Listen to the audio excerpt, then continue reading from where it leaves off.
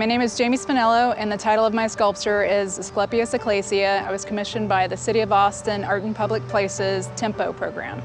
The concept for my piece was to pay homage to a native Central Texas plant called Asclepius asperula. I was really struck by the visual look of it the first time I saw it in the middle of a field.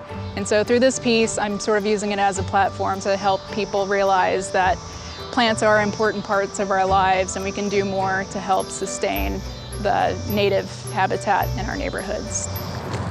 Originally, I started creating my piece by sculpting a small paper maquette, but in order to scale to something that would work mechanically on a larger scale in metal and all the logistics, I had to figure out all kinds of mathematical equations and angles, and I figured out I can do it, and it's really not that scary.